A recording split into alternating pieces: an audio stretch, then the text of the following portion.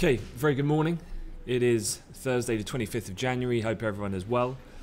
Going to get stuck into the briefing ASAP because I know we've got German IFO coming out in about half an hour's time. So going to talk a little bit about the dollar and then really going to focus on the ECB interest rate decision and press conference, which is going to happen later on this afternoon. So I'll look into those and then I'll hand you over to Sam and he'll look at the charts as per normal from a more technical point of view.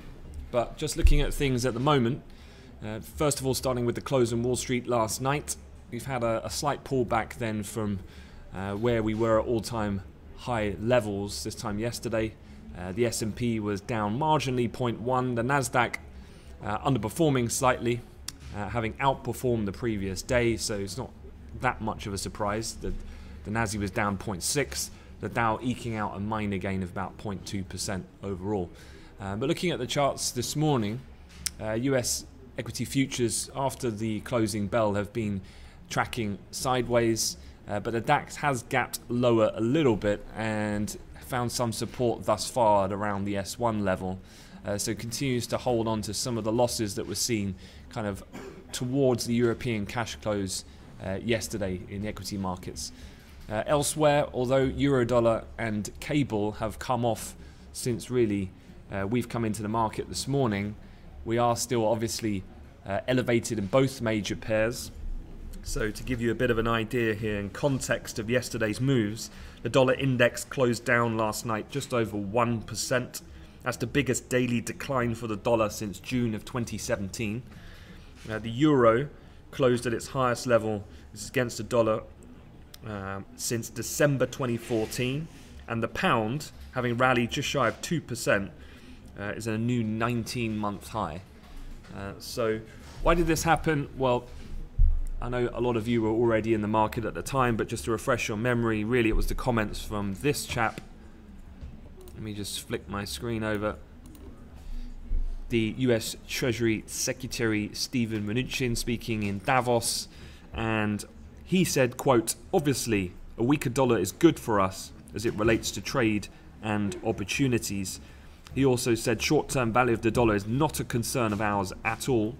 Commerce Secretary, so part of the kind of envoy in Davos, which is Wilbur Ross, the Commerce Secretary also said that trade wars are fought, every single day. And although he did try to talk down a little bit of the kind of directness of Mnuchin's comments, overall the administration's done a pretty good job of, if that was their intention, to weaken the dollar to make the US more competitive in this ongoing pursuit of trying to regain a trade in terms of the competitiveness of the country. Then they're certainly doing a pretty good job of that. So having already fallen to 3-year lows, the dollar has remained under pressure, but more recently in the last hour or so as we've come in, it's just bounced off the lows, but we're still sub 89 at the moment in the dollar index, so still very depressed in that respect. Quite an interesting thing I saw Deutsche Bank point out this morning, and you might ask yourself the reason, well, what impact does a weaker dollar really have, and why would Trump, if you remember about a year ago, he was kind of quite openly looking to talk down the dollar in order to benefit the US economy. So here's some stats for you.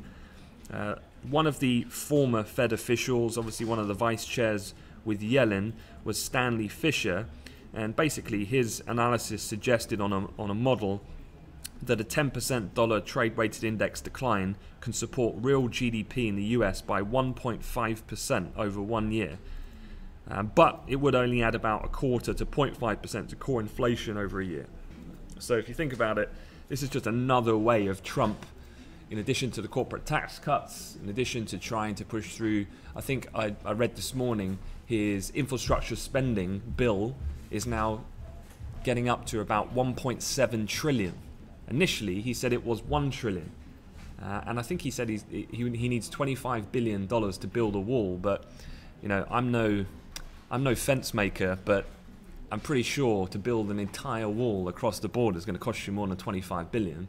So the numbers keep racking up. Obviously, the objective here is to facilitate a stimulus for the US economy, and the weaker dollar is also something that in the short term should help fit that narrative. So some of the reasoning here, and obviously this is really key because Donald Trump arrives in Davos later today, and he's giving on the final day of the conference the big headline speech. So it's going to be really interesting to see what he has to say. If you think about Davos, so rewind your mind back to January of 2017 when Trump wasn't at Davos, and Davos is all the other heads of state and kind of movers and shakers in the political and financial world. They were all very critical of Trump. Most of them saw potential for increased volatility, if anything, a negative ramifications for the financial markets. Well, obviously Trump gets to speak as the headline act, if you like, tomorrow, and obviously the markets couldn't have been in more better shape for him to deliver that speech. So it's going to be really interesting to see what he has to say, and particularly on the subject of trade and this kind of ongoing situation with the dollar and trade protectionism. One of the other things we had yesterday, of course, which is in focus, is WTI crude. You can see here, really, this was the crude oil inventory numbers that we had, and then we've really shot higher post that all the way into the latter part of the US session. Asia's come in, lifted it again, and Europe's come in. We've had another bid tone with the dollar. What was weaker, it is now recovering now as I speak, but crude oil's up another 74 cents. So 66.34 now. And again, some context there. Yesterday's session was a more than 2% gain. The oil inventories from the Department of Energy showed crude stockpiles fell for the 10th week to the lowest level since February of 2015. Brent oil's now trading its highest since the summer of 2015. So energy prices continue certainly to remain on the front foot. And we've looked at this before, I think, on longer dated charts. If you're looking at the price of crude oil, really what was the key level was the breaches earlier of the 2015 highs, and since then it's really been one-way traffic. And so looking next target probably up towards the latter 2014 highs, which really brings into play the 70 handle on a more longer term perspective. And certainly with the likes of the IMF only about a week ago upgrading global growth prospects ex the UK, then certainly the demand side should continue in that respect. Okay, quickly look at the headlines then, have a quick chat about some other things. Starting with the ECB, of course. It is ECB day, and this is what a lot of people are looking at, which predominantly has been led by the weakness of the dollar, but euro-dollar's exchange rate having traded and flirted with a 125 handle this morning is certainly going to be top of the agenda for what we're looking out for from Mario Draghi when the press conference happens later at 1:30. So this is this graphic about the ECB's average exchange rate forecast for 2018, which you can see here is more akin to around 1.18, and here we are well above that point. Looking at a few other things, there was a chap whose research I sent out yesterday from Pictet Asset Management. It is in your inbox from yesterday, so please do take a read. It's a 2-page research document, so it's really short, really concise, but it gives you everything you need to know. To summarize the main points then that the ECB watcher who wrote that report is saying, he says basically the accounts of the ECB December meeting, so if you remember the minutes that we had that initiated this kind of really pick up in the euro about 2 weeks ago, has triggered another leg of market repricing amid concerns of overly hawkish communication changes, quote, earlier this year. That was the key phrase that came out of the minutes, that the ECB was saying, early this year we will start to change the actual language that we use to communicate policy. Now, obviously, the ECB are fully mindful of the fact that the euro is incredibly high, and so if they were to maintain or upgrade, in fact, that particular statement, then inevitably the euro is going to continue to rally, which is going to be to their disbenefit in that sense, and certainly to the European export names, and so on and so forth. Now, one of the things here that Pictet are pointing out is that they see little incentive for the ECB to basically start that chain of events for the beginning of the year, especially after core inflation disappointed. Now, to put that in a bit of sense, this is European or Euro area core inflation rate. And as you can see here, it has remained, that word's probably a good one, subdued, because after we got in the summer of 2017 up to 1.2%, inflation really has not gone anywhere, and it still remains relatively low, down at 0.9%. So essentially, given the recent euro strength, the path of least resistance for Draghi to push back against the idea of early changes during the press conference, and instead hinting at gradual changes. So again, you're kind of de-escalating the emphasis of near-term action or changes to the policy. It would make sense for the ECB to abandon its option to increase asset purchases in terms of size, but even that change could be postponed until March, essentially is what they're saying.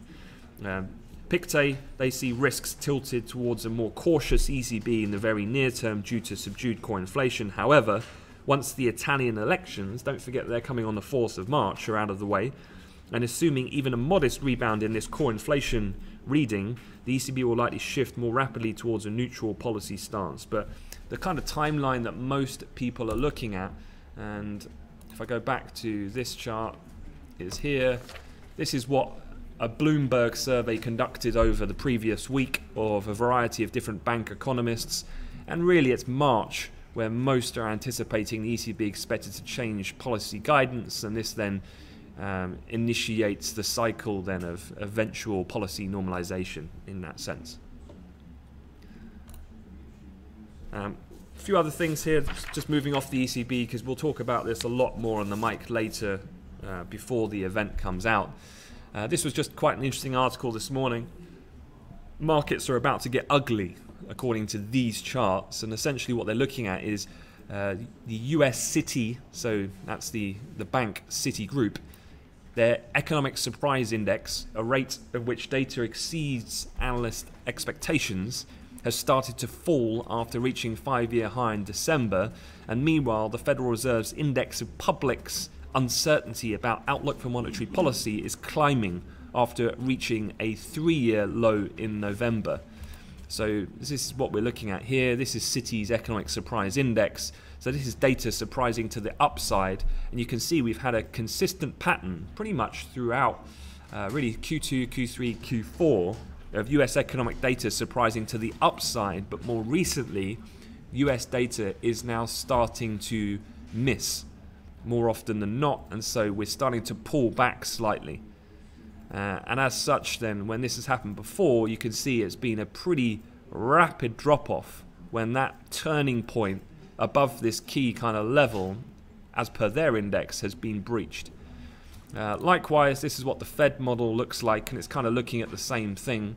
Every time you can see that this has hit its lower bound, it's then spiked up quite aggressively. And if you actually look at the CBOE's S&P volatility index, that also has catapulted higher each time, generally speaking, that we've got to where we are at the moment. So there are a couple of statistical measures or economic data sets which would suggest that optimism has kind of peaked at this point, and certainly going into 2018, where one of the key things that we're looking out for is a re-emergence potentially of inflation, which will heighten the speed of policy tightening. This is where this kind of maybe the peak of optimism has now passed, given those risks ahead. All right, look at the calendar, then I'll hand you over to Sam. So you've got the ECB, that's really the main event of the day. That's happening at 12:45 for the decision. Remember, they do release a statement, which is going to be key. I will share with you as well this particular infographic.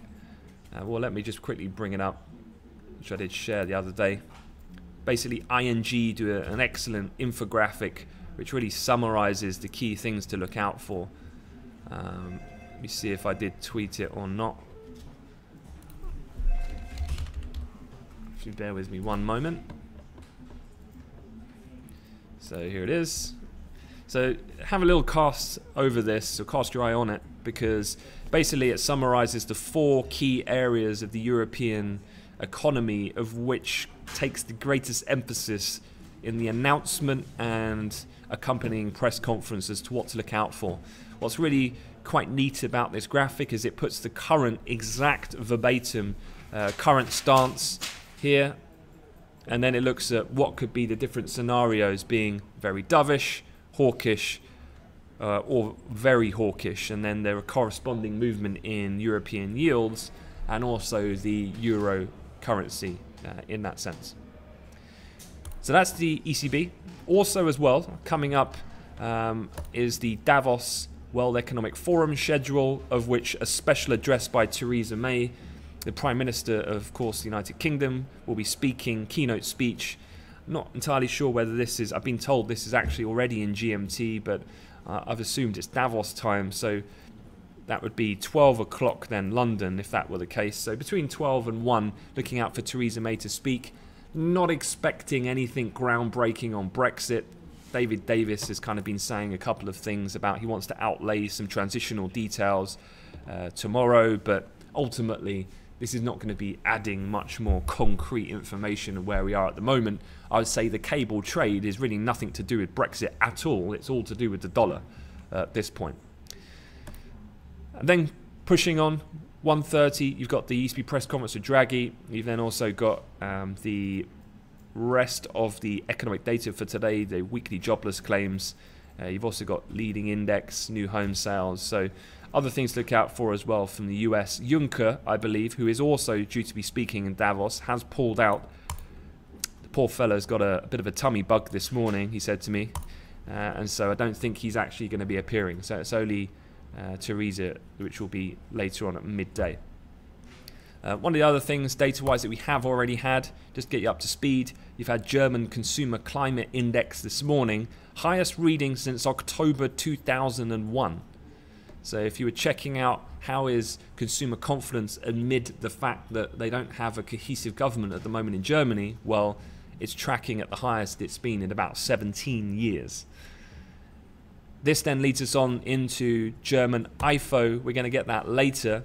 Now, IFO traditionally is one of the most important numbers out of Germany, but I would say that from a market moving potential, it's kind of lessened more recently because this is the breakdown of the different individual sectors it measures: manufacturing, construction, wholesaling and retailing. And as you can see, they've all been at extremely elevated levels. So even a slight pullback, I think, won't really create too much negativity if that did materialize. All right, going to switch over with Sam because we want to get wrapped up before IFO comes out. So wish you guys a good day, and I'll be on later to give you a more thorough run through for the ECB. Thanks, guys.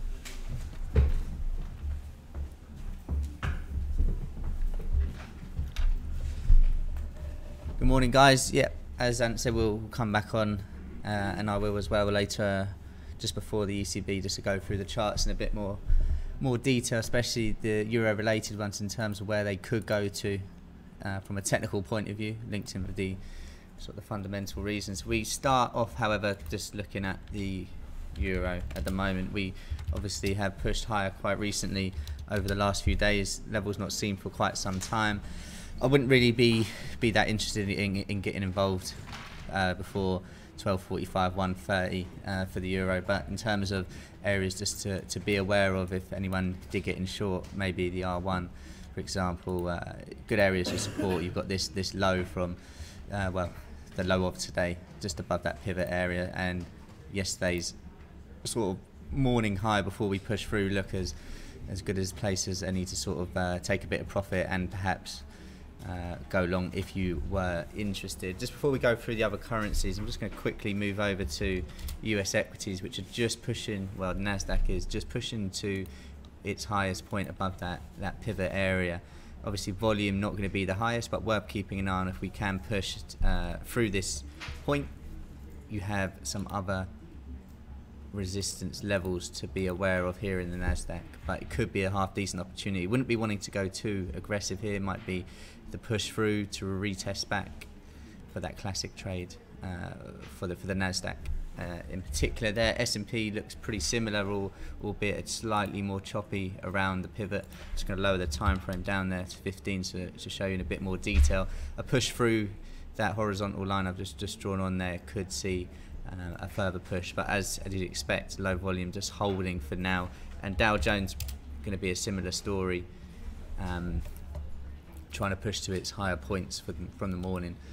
It might be worth, just for this Dow, just to see, just having this potential trend line on there, just to see if we can respect it and then perhaps push through later on for those preferring to look to go long US equities, despite the sort of the move lower yesterday. It seems to sort of have stopped for now. The DAX gapping, well, you know, not massively, but gapping lower. Always something to be aware of here.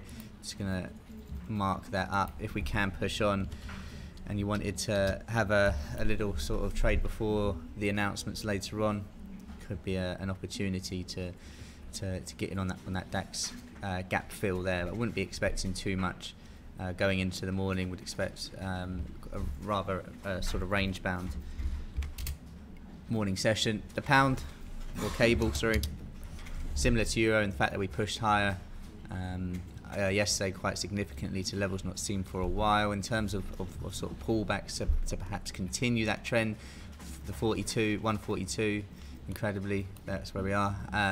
Now the pivot, not the worst area, or just these points in the market, all these little reversals we had yesterday before the buyers came in again, definitely would be something I'd be aware of going into the rest of the day for the pound there. I think the bias still has to be to the upside with that weaker dollar, albeit we're just sort of recovering over the last hour or two, but still this morning we did see some further weakness in the dollar index as well. I mean, it's pretty much flat for the day, but would be preferring to look for a pullback to continue these recent trends. In terms of other pullbacks, if we look at the yen here, dollar yen pivot worked quite well overnight this morning. Would still be somewhere I'd be pretty interested in to perhaps look for that short target, and well, really the lows again there. The main move yesterday for the dollar yen starting on this break of the low, and it was again levels not seen for a while, so would be in terms of places to get in on that retracement to continue the trend, would all be these sort of previous support areas would be quite interesting. I think dollar CAD, obviously we got some data out in the afternoon, 1:30, which would probably be more interesting, but similar to that dollar yen, the pivot area looks as good a place as any to get in from a technical point of view to continue the recent trend. Where it is right now, just finding resistance, but we've already had a couple of tests there, so I wouldn't be completely shocked to see it push on through. Nazilla just asked in the chat next sort of level for pound, and funny enough, me and Ant were actually talking about this yesterday, and 145, so you've gone 145.70, which let me just mark that up on the futures, around about there. We've had some decent price action around there before. I think around there was the sort of the medium term sort of number we come up with, that sort of 145 handle. I don't think it's out of the question that we can sort of continue to push on there, and if we do continue to see that weaker dollar, then you know we can sort of really look to eradicate that whole Brexit move, which would be quite interesting. Obviously, you had Tony Blair yesterday saying he has it about 40% chance of no Brexit. Seems that the percentage of that going higher really came from when our very own AC called the no Brexit. So, well, we have to wait and see. 40%, according to good old Tony, but he'll say anything for a bit of money, it seems. Gold pushing higher, obviously early doors, but with that dollar rebound, you're just seeing that come down a bit. In terms of places to get in, it's a similar sort of story, I think, just looking for decent support levels yesterday where the buyers took over to sort of continue that. Obviously, it could well be that you know, the data later in the afternoon is the best US data for these readings we've seen for quite some time, but I'm just going to wrap this up now and come back later, because obviously we have got the data coming out in 4 minutes. What I keep an eye on though, just quickly, is the US equities, if we can push higher, and maybe looking for the dollar or the dollar pairs just to retrace a bit to continue the trend. But catch up with you guys in the chat and also closer to the ECB announcement.